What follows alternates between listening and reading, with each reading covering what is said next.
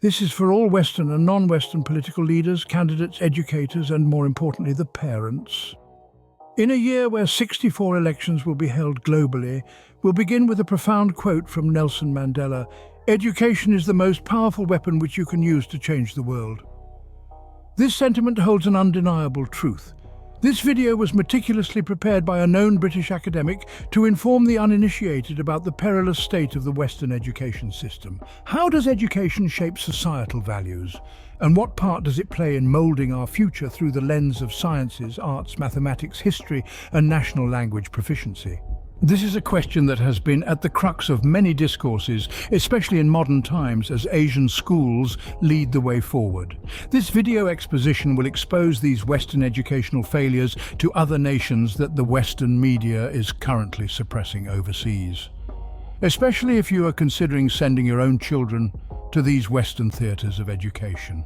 The thesis question here is, why is the Western education system being deliberately destroyed from within by external forces?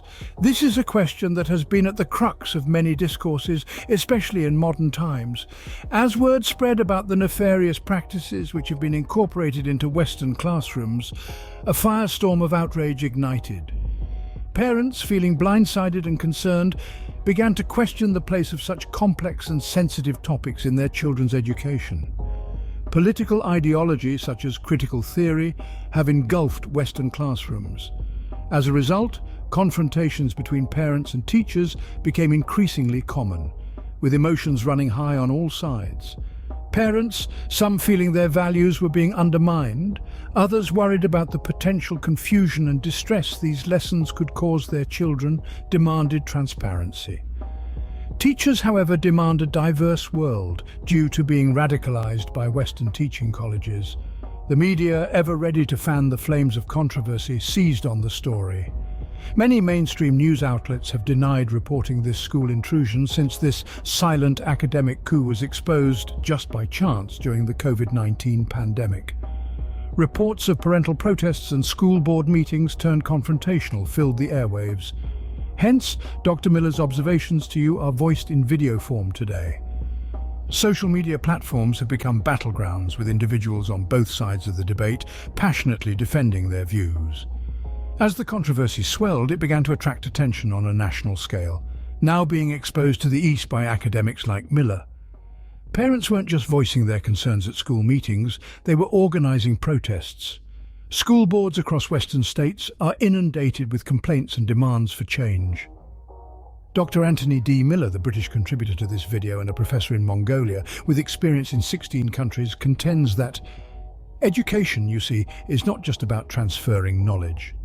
It is a mechanism that, through various disciplines like science, arts, philosophy, mathematics, and language literacy, without political or external interference, shapes our worldview, guides our beliefs, and ultimately weaves the fabric of our society.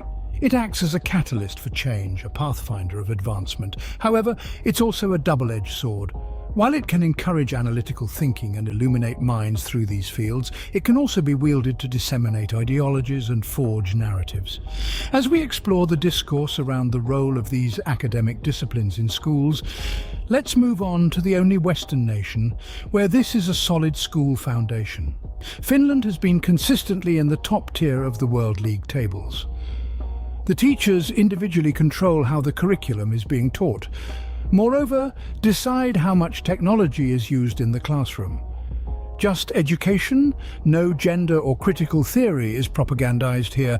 In fact, ancient history is taught to these primary school students. In the West overall, have we already lost a generation due to both political and elitist body interference?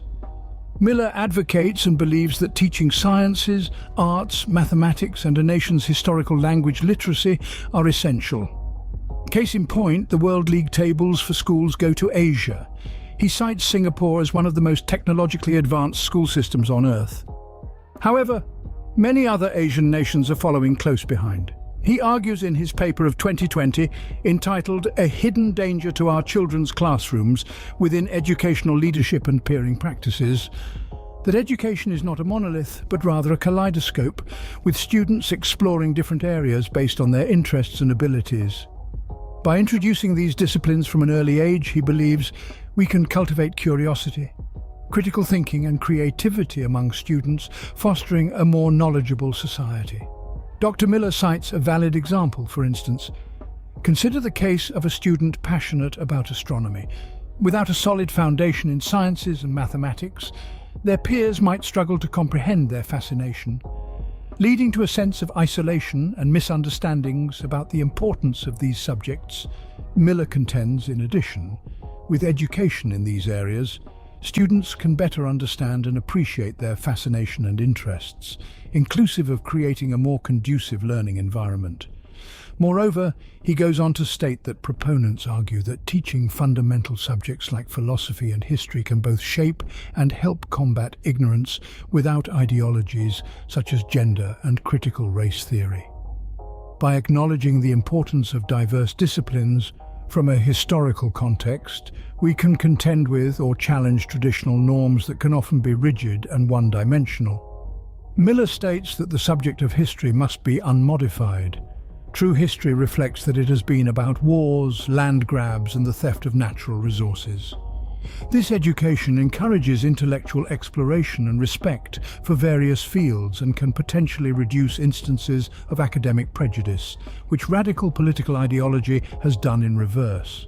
There have also been numerous studies supporting this perspective. For example, a study published in the Journal of Educational Psychology found that students with a balanced curriculum reported better problem-solving skills and overall academic performance.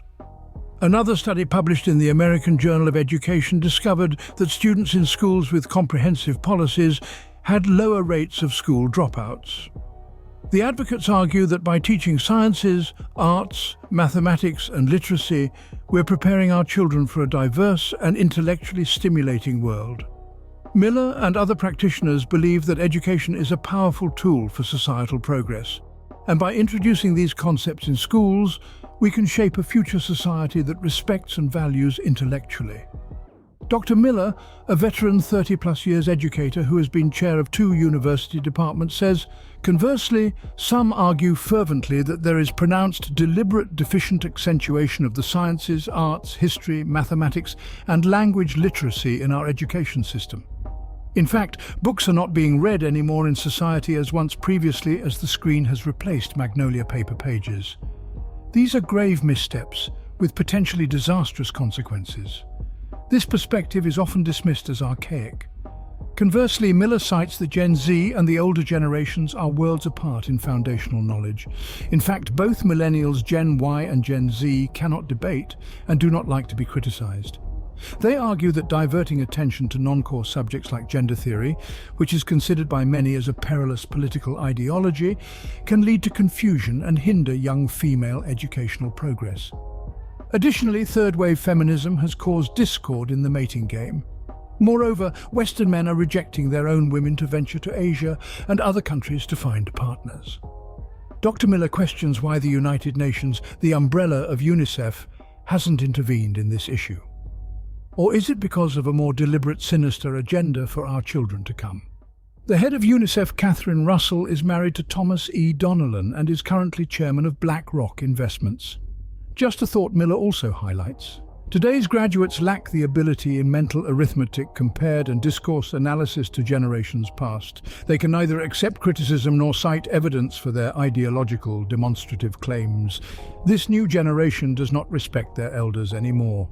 Miller says more disturbingly, in California in 2016, the school board approved that young children be taught LGBT history. No wonder maths and science is in second place. A cited exemplar was the situation in Brighton, England, where a marked decline in mathematics performance was observed, arguably resulting from neglecting this essential subject and the insertion of irrelevant ideologies. All of the material from Miller's research is notated in his book entitled Origins of Chaos Theory in Science and Society, published in 2023. Additional concerns lie in the undermining of basic academic competencies. Case in point, Imperial College London has more foreign students registering than native British candidates due to UK students' lack of science proficiency within examination results. Due to political signposting, Western students are not the leaders anymore. This is from the majority data published. In addition, Miller, speaking at the 2016 World Education Summit in Dubai, said that we are producing activists, not capable alumni, to contribute both to our respective nations and respective economies, as we have too many activist faculty members. He continues by explaining that Eastern nations are under threat too by these radical Western graduates. Moreover, in the guise of educators, he posits back then that these NGO teachers are the silent coup to destabilize a sovereign state's traditional norms on behalf of Western government entities, as Miller has witnessed this personally. Interesting, don't you think? Then, 2 years later, in 2018, Russia closed down 2 offices of the British Council, accusing it for acting as a cover organization for spies. Consider the case in South Dakota. In 2019, the state passed a law prioritizing teaching sciences, arts, mathematics, and language literacy in schools, arguing that undue focus on subjects like critical race theory was causing harm. In addition, the Education Consumers Foundation published a paper in 2021 drafted by J.E. Stone, citing that critical race theory was an excuse for educational failure. Critics like Dr. Miller can already see the side effects in the last 2 generations. The masculinity reduction in boys and now today's men has been quite transformational. Where are the men today? You can see from these images how masculinity has fallen. One asks, where will the next batch of leaders and warriors come from? It will take an epic catastrophe for all these academic pseudo-social theorists to comprehend that critical theory is a 1930s slow-burn plan to try to control society's plural. First, you divide, then control the remnants of a civilization. In fact, on the gender theory debate in schools, Miller says that if there were to be a military conflict, civil wars or street disturbances, gender would return to their natural roles. We ask ourselves, where will the next men be to protect their families? Moreover, for state security, where will the next crop of police and soldiers come from? A further unproven science being politically influenced is the climate change argument. We have been foretold that the world would end many times over the 5 decades, however, coming to a non-event. In fact, there hasn't been any citable evidence that global warming exists. Case in point, the Obamas purchased a beachfront property for $11 million, so much for rising sea levels. Additionally, banks are still offering 30-year mortgages. This goes to show that the banking sector already knows that global warming is a myth to attract carbon tax levies from the population. Good extra income for governments, especially Canada. Do you still want to move there?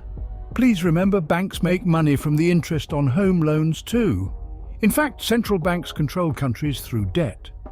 Has your country accepted IMF or World Bank loans recently? Hopefully, you now know the reason for climate fear-mongering.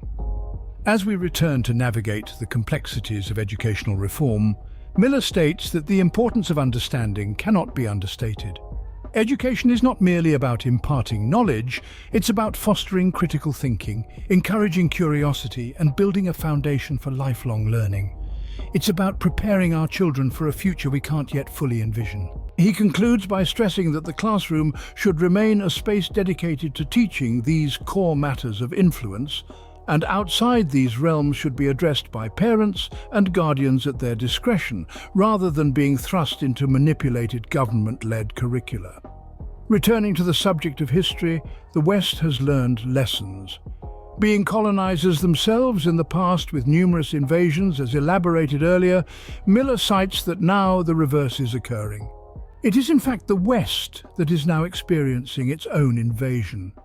This is why history is important for a child to discern at an early age, so we can learn from past tyrannical acts to conquer sovereign lands and their resources. As McManus once wrote, we can't change history, but we can create the future, even though radical activists wish to absurdly rewrite it. The task of modernizing our education system while maintaining its fundamental core is a multifaceted endeavor. The conversation around harmonizing the sciences, arts, mathematics, and other literacy domains within our schools is a pivotal one that consistently sparks discussions across the West, Miller passionately remarks. For example, Western pupils are failing in mathematics and the sciences.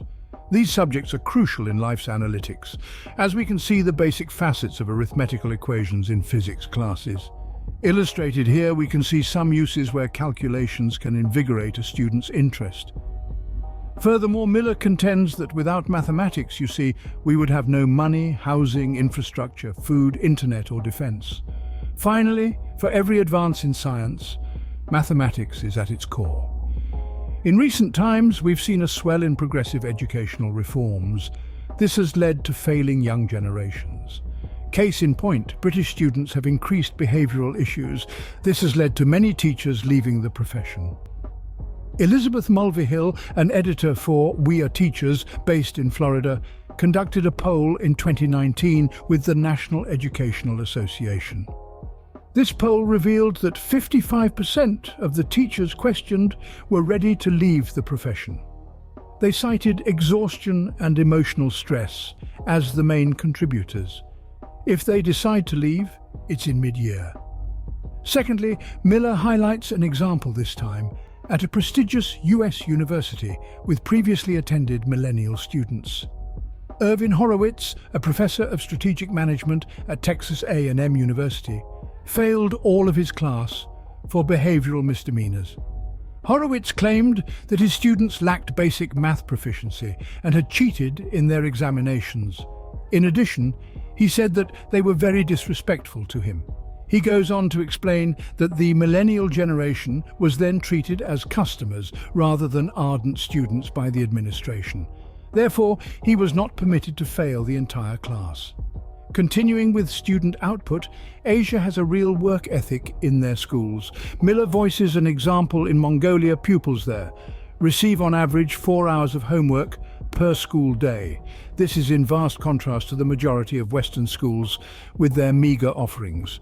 Now moving on to 2024. The current students in our schools, seen as a landmark generation, Gen Alpha, born between 2010 and 2024, is expected to be the largest in history at more than 2 billion people, according to Mark McCrindle, a social researcher who coined Generation Alpha, connecting this to our new generation. With tech, the internet has evolved into a mythical world, so children are developing cognitively in a dystopian environment. Millennials had the internet's early versions, Gen Y had improved modifications, Gen Z had social media access, while Gen Alpha, the children of the millennials, are growing in a fully digitized world. In fact, 4 out of 10 of these infants have devices by the age of 7. This current body of students, Gen Alpha, has become worse behaviorally than even Gen Z previously. School violence has increased in the West to such an extent that if a teacher removes a mobile phone from a pupil during class times, teachers are occasionally attacked, as seen here. Remember, Miller elucidates that these are the offspring of millennials who had stricter parents, so they gave their own children a punishment-disciplined free environment. Hence today, Gen Alpha has minimal internet guidance, resulting in 65% of fourth graders having reading issues and 11% having no social skills. The dialogue doesn't end there. Instagram and other sites like TikTok are full of teachers' accounts of the daily nightmares faced by them in class with Gen Alpha. They cite children who cannot read by 7th grade and are behaviorally disrespectful. Additionally, they can't communicate and are constantly being rude. Concentration is a further factor as they cannot be still in class. Basic subjects in the curriculum, they said, forget it, they are worse than useless for the future of humanity. To not help matters, Miller says that the parents have been described by his Western colleagues as being delinquent. They expect the teachers to be babysitters, as many of these shell-shocked educators have commented online. A paper published by Kumar in 2020, with over 20,000 reads, illustrates Gen Alpha device usage by quoting results from a survey that these children experience 7 to 8 hours of device time. Moreover, he cites Turkle in 2011, while referring to the obsession with technology, observed that mankind has reached the robotic moment in their history when they are friendlier and caring to their devices more than their fellow beings. Firstly, millennial parents hold a significant role as they directly influence their child's perception of learning, as we can't blame the children as they simply follow. Parents must foster an environment at home that complements the evolving educational system, encouraging children to explore their interests, while also emphasizing the importance of a well-rounded education with home discipline. Currently, as Miller deciphers the data, he voices that millennial parents have proven to be the worst generation to raise children, as we can see the terrible behavior effects in their schools as Gen Alpha. Neither, with little nor zero home discipline being forged, their children will be an unwelcomed addition to humanity. In short, these parents are to blame. Consequently, the teachers are suffering as a result due to parental neglect. In conclusion, balancing the various aspects of education is a complex task that requires the active participation of all stakeholders. It's not about choosing between arts, sciences, or mathematics, but about creating an inclusive and balanced educational environment that cultivates well-rounded individuals ready to face the challenges of the future. So, why is Western education in crisis, as Dawson once wrote? There have been many articles, books and videos published on this topic. However, nothing related to discerning this issue unambiguously. Miller also contends that academics in the field can debate and may have solutions, but not always in reality. He states fervently that we now have both Western students and graduates who cannot discern capital cities or even point out a country on a map. There we have the next army officers and soldiers and chiefs of police. Moreover, spelling and simple mental calculations are sadly lacking. This is indeed frightening for a future generation. There are two questions Miller asks. What has happened to Western schools and colleges? For the uninitiated who live outside the West, you haven't been told the truth. The information from the media has simply been in the greatness of Western education, thus suppressing the facts in reality. So the academic question here ought to be the pertinent one. In Miller's research, he remarks, what is really occurring in Western education? As we navigate these crossroads of controversy, the role of media cannot be overlooked. The media, often referred to as the Fourth Estate, has a profound influence on public opinion. It shapes our understanding of the world around us, influencing our beliefs, attitudes, and behaviors. In this era of information overload, the media's role in providing unbiased and accurate information becomes ever more critical. We live in a time where fake news can spread like wildfire, causing chaos and confusion. As a result, the responsibility to fact-check and report accurately falls heavily on the shoulders of our media institutions. It's through their lens that we view the world, and it's their duty to ensure that this lens is not distorted. However, the mainstream media of the West serves one master and assists as their foot soldiers. Finally, the media, as the Fourth Estate, plays a crucial role in informing the public and driving discourse. It has the power to shape the narrative, influence public opinion, and drive social change. 2024 is a huge election year, where many countries will have the ability to choose their new leaders or heads of state. In the West, however, it is just more than an election this time. The US and EU elections especially have the spotlight. Returning to his paper published in 2020, A Hidden Danger to Our Children's Classrooms Within Educational Leadership and Peering Practices. On page 44, Miller had already availed his prediction in the short years to come with his theory entitled 8 Dominions to Dystopianism. As you can see, education is listed as number 2. Now today we can see that 7 out of 8 of these predictions made 4 years ago have come true. Academics refuse to accept or confirm the hypothesis, but they are citing his work now as the Western school system deteriorates and parents demand explanations. Miller's theory, 8 Dominions to Dystopianism, is related to a planned globalist domination of the world population. He states that when all of the 8 on the list is achieved, then we will be totally controlled throughout our entire existence. For example, in our schools presently, radical policies are implemented. Miller believes this is to eventually eradicate the family unit and demasculize the men, hence a guaranteed reduction in population. These odious policies are highlighted in A. Ralph Epperson's book, A New World Order, published in 1989. On page 20 of the introduction pertaining to changes to the family, it is written that homosexual marriages will be legalized, parents will not be allowed to raise their children, the state will, all women will be employed by the state and not allowed to be homemakers, divorce will become exceedingly easy, and monogamous marriage will be slowly phased out. Miller remarks that the aforementioned can be achieved and has been in the past. The psychological theory in statistical analysis termed mass formation is virtually identical to the hypnosis of a society. It's a form of psychological warfare between a population and a society, a very special group formation at a level of very special mental functioning.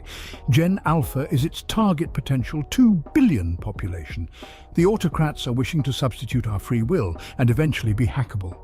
Only you can guess what this means. This was used to overrate the dangers of COVID-19 statistically, the beta test of controlling populations.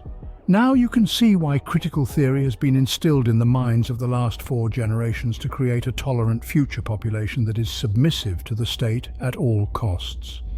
This was mentioned by Nietzsche's herd mentality and is what sustains an autocracy.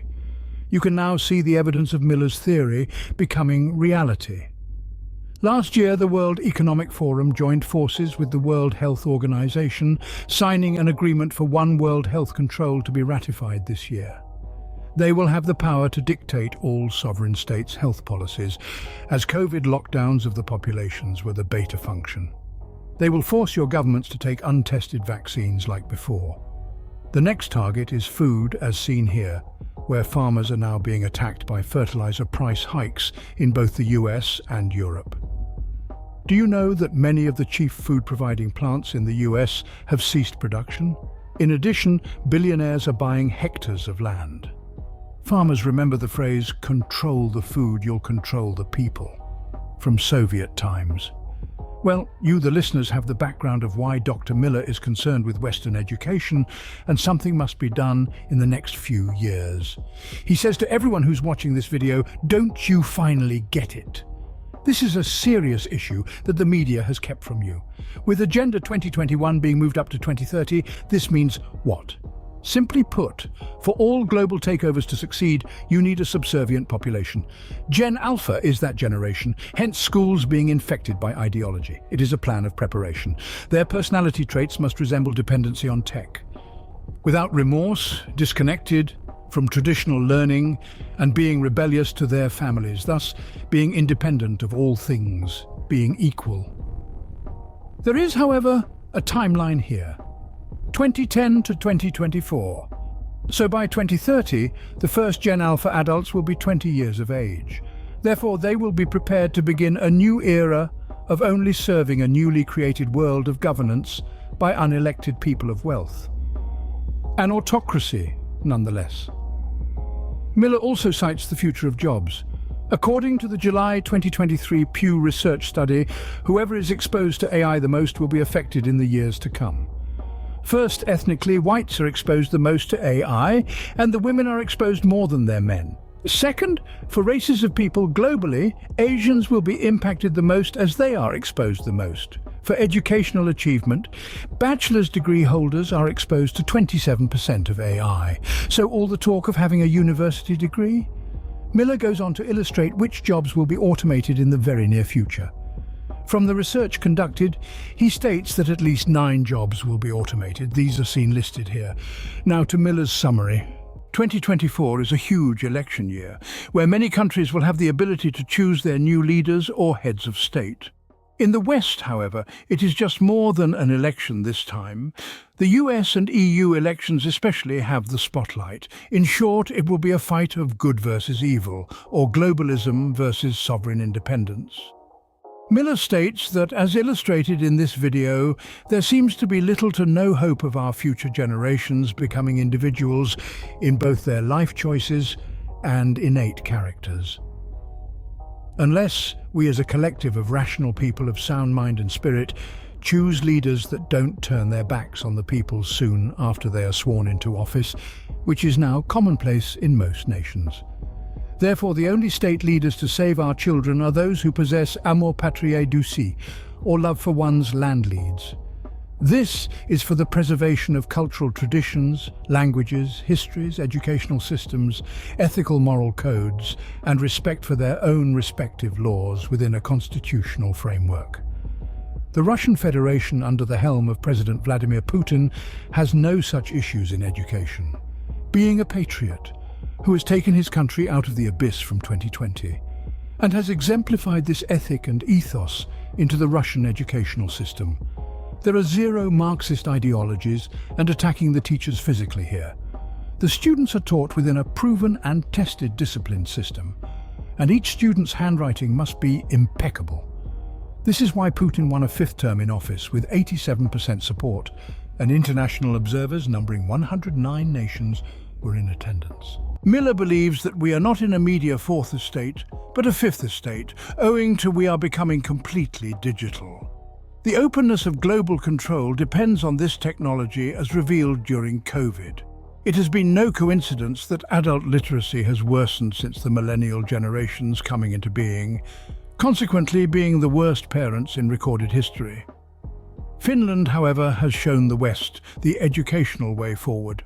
Additionally, Miller says he will never give up the fight for the protection of children in their school's dominion, as they will shape the future of the planet, neither being controlled by machines nor by unelected, egoistic, wealthy individuals.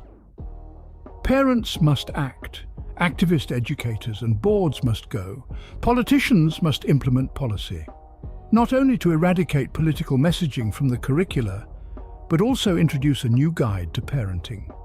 In keeping with the curriculum, Miller asks, why hasn't there been entrepreneurship courses in the latter stages of high school?